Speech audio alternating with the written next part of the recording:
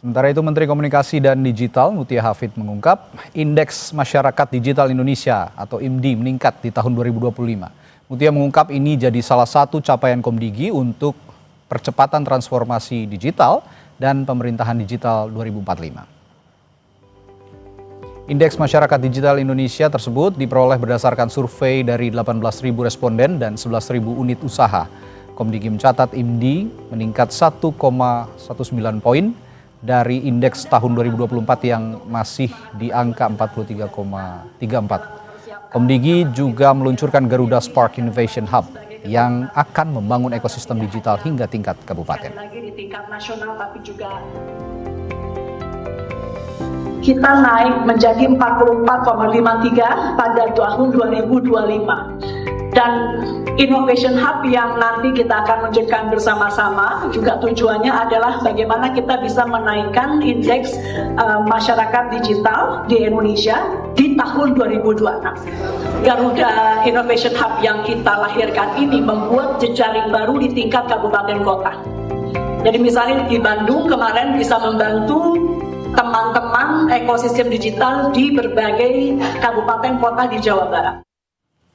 Percepatan transformasi digital jadi salah satu misi utama pemerintah melalui Kementerian Komunikasi dan Digital.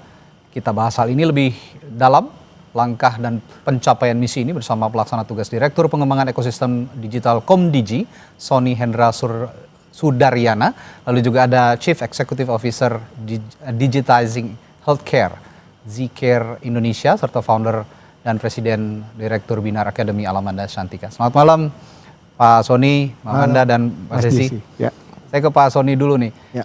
Kita kan bicara 1 tahun capaian pemerintahan Pak Prabowo Gibran. Tadi kan Pak Prabowo juga sudah menekankan ya pentingnya transformasi digital di era digital ini.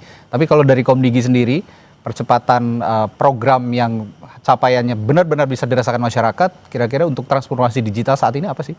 Ya, kalau di kementerian, Bu Menteri arahnya satu, bagaimana kita mendukung target Presiden Prabowo pertumbuhan ekonomi 8%. Nah, salah satu yang engine utamanya adalah digital ekonomi. Saat ini digital ekonomi kita itu tahun lalu sekitar 90 billion US dollar. Dan targetnya 150 billion US dollar di 2030. Jadi sekarang sekitar 5% kontribusi terhadap GDP digital ekonominya, dan targetnya 5 tahun ke depan akan mencapai 10%. Nah, yang dilakukan pertama adalah menyehatkan industri konektivitasnya, sehingga pemerataan akses lebih inklusif, secara kualitas juga lebih meningkat, dan juga karena ini adalah backbone dari ekonomi digital yang kita lakukan. Yang kedua adalah di sisi nurture inovasinya, bagaimana menyiapkan dan membantu anak-anak muda untuk merealisasikan ide-idenya dengan ekosistem yang komplit, sehingga banyak anak muda itu pengen bikin usaha atau pengen bikin startups, tapi nggak tahu harus mulai dari mana. Tadi dijelaskan juga salah satu inisiatifnya adalah Garuda Spark Innovation Hub yang akan kita bangun di 20 kota, sehingga akses terhadap inovasi itu nggak hanya berputar di kota besar, tapi juga di kota-kota lain di seluruh Indonesia. Itu tadi yang berkaitan dengan fondasi ekonomi masyarakat. Sepertinya juga itu diarahkan bahwa transformasi digital ini bisa menumbuhkan kantong-kantong ekonomi di daerah-daerah gitu ya kira-kira. Tapi yang paling bisa dirasakan dengan cepat kira-kira apa Pak Sony dalam misinya meningkatkan fondasi ekonomi terutama di masyarakat? Jadi yang kita lakukan pertama selain membenahi konektivitas adalah meningkatkan lagi KYC-nya, karena kayak ponsel ataupun nomor seluler itu adalah pintu masuk ke digital kan. Jadi untuk mengurangi penipuan itu yang kita lakukan, karena tingkat literasi digital di daerah tentu berbeda dengan di kota ya. Jadi salah satu yang kita amankan adalah di sisi pintu masuknya. Kemudian di sisi tadi inovasinya, akses kepada network, akses kepada knowledge, akses kepada funding, itu yang kita bawa ke daerah-daerah, sehingga teman-teman yang mau memulai usaha itu tahu konsep berpikirnya, kemudian resources yang mereka butuhkan bisa tersedia di Digital Innovation Hub yang akan kita bangun, yaitu Garuda Spark itu tadi. Ya, saya terima informasi ada yang menarik nih Pak Sony. Ya. Salah satu inisiatif yang cukup menarik perhatian tuh peluncuran indeks game rating Indonesia. Ini sepertinya memang sasarannya anak muda kalau ngomongin game ya. Ya. Kalau dari Komdigi sendiri, apa sebenarnya urgensi dan kebijakan ini dan bagaimana dampaknya bagi industri game terutama yang suka sekarang digandrungi sama anak muda? Ya, sebenarnya namanya IGRS, Indonesia Game Rating System. Oh, Game Rating System kan Indonesia, IGRS. Okay. Ini mungkin pertama kali di regional ya, ada rating system yang pertama. Sebenarnya ini untuk melindungi industrinya dan juga untuk melindungi pengguna game itu sendiri. Sebenarnya sehingga kayak anak-anak ataupun anak yang memainkan game itu memainkan game sesuai umurnya. Karena banyak cerita juga teman-teman industri game ini bermasalah juga dengan ini. Jadi gamenya itu udah tahu untuk 18 plus, tapi orang tua ataupun keluarganya membiarkan masalah pengawasan ya? Masalah pengawasannya karena nggak ada ratingnya. Makanya dengan adanya rating system ini peruntukannya jauh lebih terarah dan juga harapannya bisa melindungi budaya, melindungi culture dan juga anak-anak ya, khususnya ke anak-anak.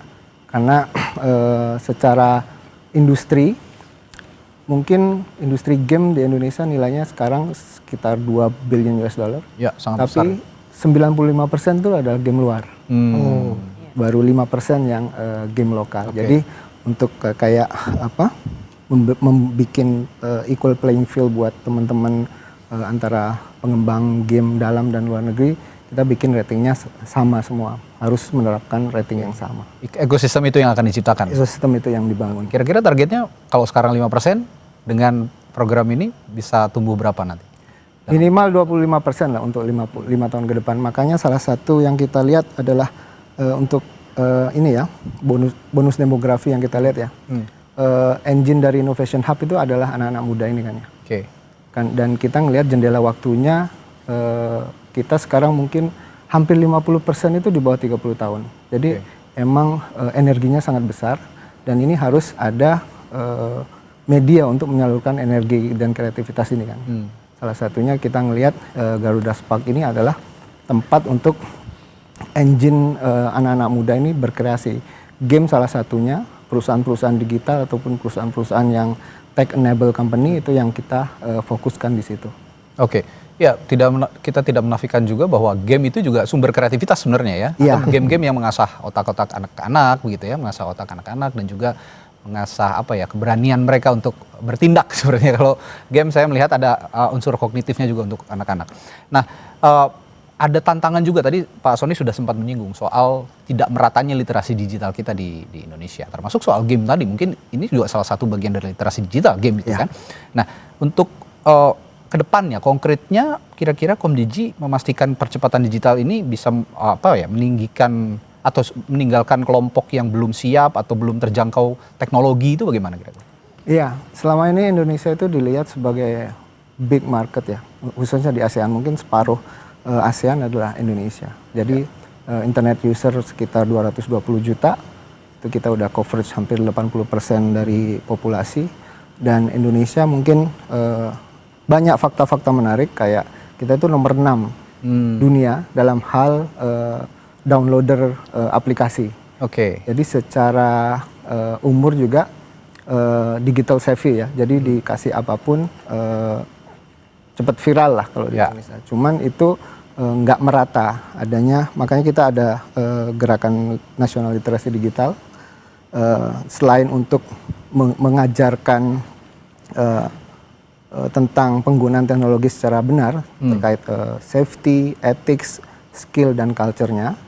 Tapi sebenarnya itu juga fungsinya adalah educate masyarakat untuk jadi tadi itu market. Ketika kita punya perusahaan teknologi dari Indonesia, selama ini kan biaya akuisisi untuk penggunanya itu mahal sekali. Jadi dengan adanya literasi digital ini harapannya untuk yang startup di bidang agri ataupun di perdagangan, itu cost mereka untuk akuisisi lebih rendah lagi dengan dibantu oleh literasi digital oleh pemerintah ini. Ini no hard feeling ya, bukan nganggurin Mas Jesse. Ini yang penting dulu saya tanyakan dulu ya Pak Sony. Nah nanti setelah jeda Mas Jesse dan Mbak Manda, saya kan juga tanyakan soal kemampuan literasi digital kita di bidang kesehatan, terutama ke Mas Jesse dan juga Mbak Manda, bagaimana Garuda apa tadi namanya? Garuda Spark. Garuda Stock Innovation Hub ini bisa juga mengoptimalkan program yang sedang dielaborasi dan juga diakselerasi oleh Komdigi. Saya akan tanyakan hal itu setelah jeda. Tetaplah bersama kami di Sapa Indonesia Malam. Masih membahas percepatan transformasi digital di era pemerintahan Prabowo Gibran. Tadi saya sudah bertanya ke Pak Sony dari pemerintah. Nah, saya sekarang akan bertanya nih ke Mas Jesse dari Digitizing Indonesia Healthcare Zcare ya. Nah, soal percepatan transformasi digital terutama untuk manfaatnya di bidang kesehatan, kira-kira apa yang bisa Anda tawarkan, Mas Jesse?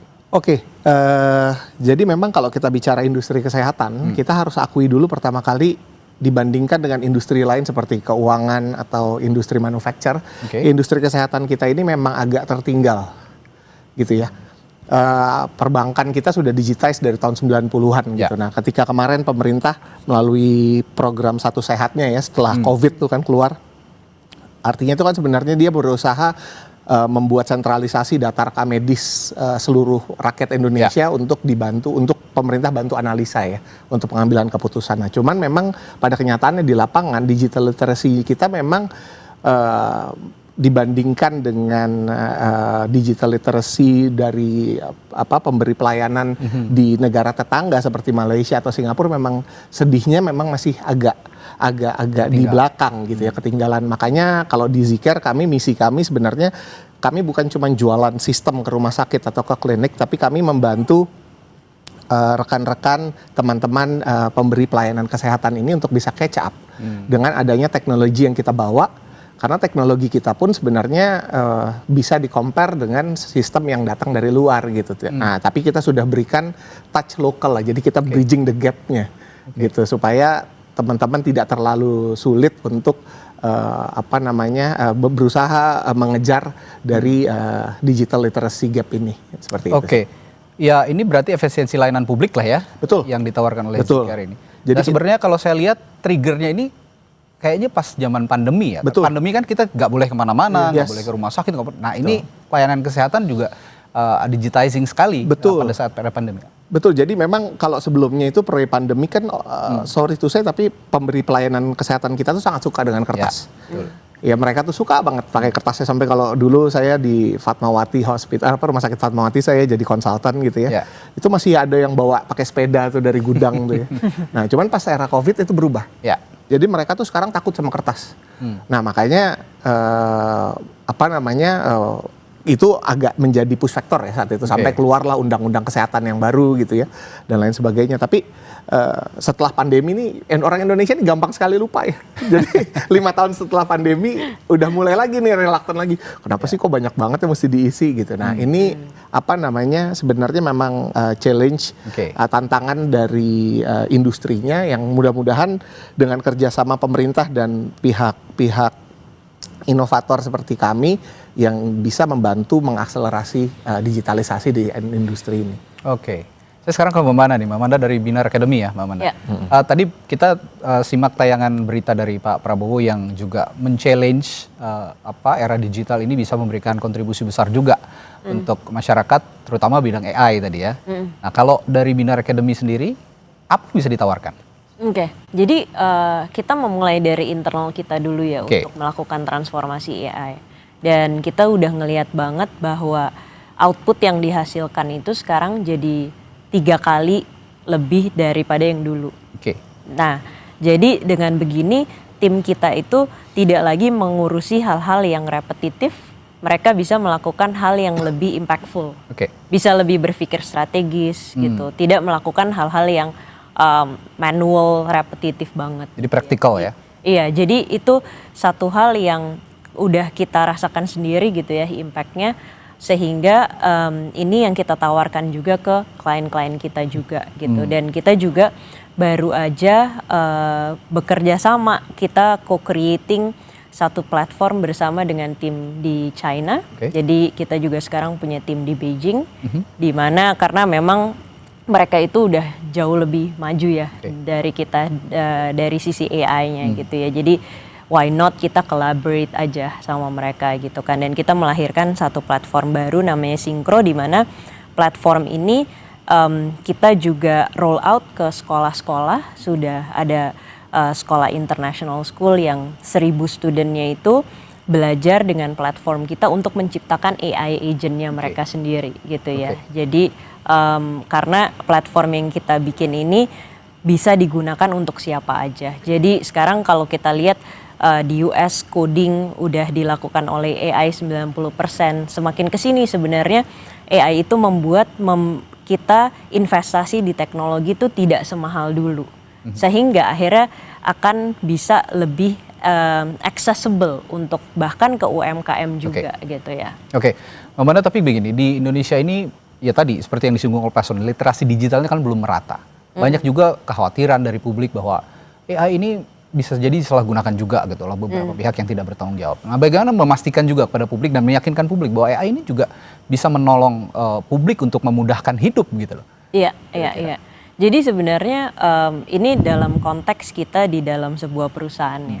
Kita mencoba untuk tidak merubah behavior manusia yang contohnya misalnya biasanya orang-orang sales yang di depan itu menurut saya tuh sekarang di dunia AI ini kita tetap punya orang sales yang di depan. Karena human to human connection itu tidak bisa tergantikan. Yang kita automasi itu di bagian operation di belakang.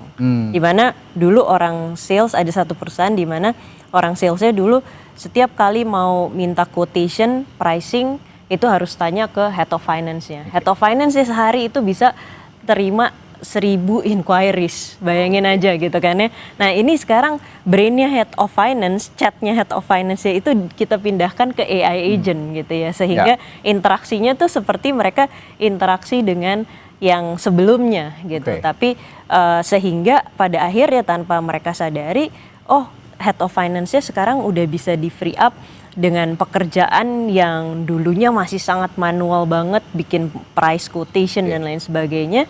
Sehingga mereka di depan itu juga ngerasa, oh kok saya dibalasnya lebih cepet ya sekarang pakai AI. Tapi sebenarnya kayak chatnya tuh masih sama gitu ya. Jadi kita mencoba untuk mimicking the behavior yang sama, tapi akhirnya mereka melihat bahwa merasakan sendiri bahwa oh ada impactnya ya saya menggunakan AI. Instead of completely like kita menggantikan manusia itu gitu. Jadi sekarang bagaimana supaya manusia tetap ada di depan dan di belakang itu kita temenin yuk sama AI gitu. Akhirnya itu sih yang tetap ada unsur human-nya di situ ya. Harus tetap ada human-nya untuk memastikan bahwa AI ini juga berjalan dengan baik dan bisa dipercaya, intinya begitu. Betul. Nah, tadi kita sudah bertanya ke Mas Desi juga Pak Manda. Ini terakhir saya ke Pak Sony.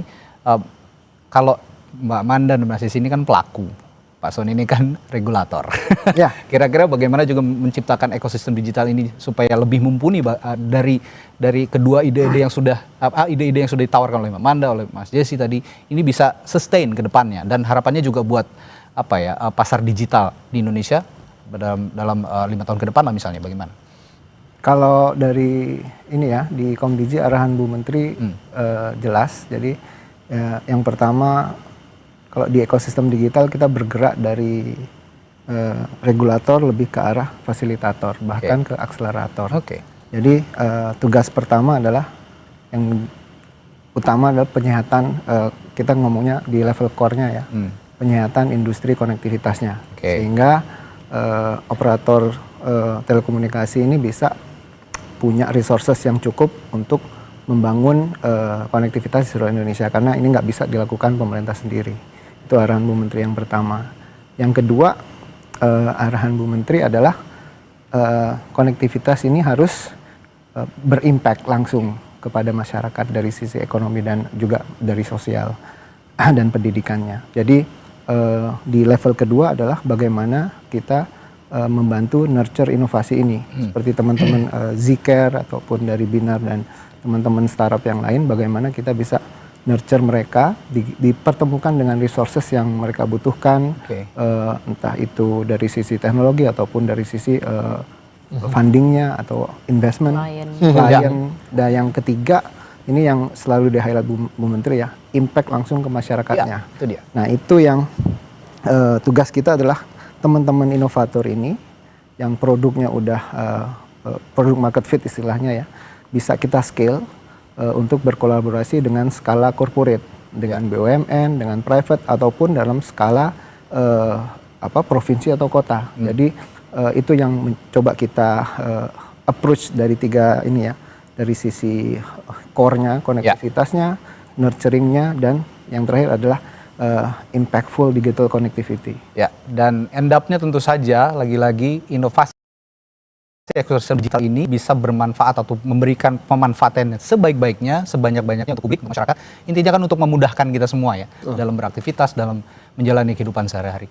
Baik, terima kasih Pak Sony Hendra Sudaryana, Pelaksana Tugas Direktur Pengembangan Ekosistem Digital Komdigi. Lalu juga ada Mas Jesse Abdurrahman, Digitizing Indonesian Healthcare Zcare, dan juga Mbak Alamanda Santika, Founder dan Presidir Binar Academy. Sehat selalu, sukses selalu. Sampai jumpa lagi Bapak dan Mbak. Siap. Saudara, setelah jeda, kami hadirkan informasi lainnya. Ada Presiden Prabowo Subianto yang menggelar rapat kabinet terbatas di kediaman pribadinya di Jalan Kertanegara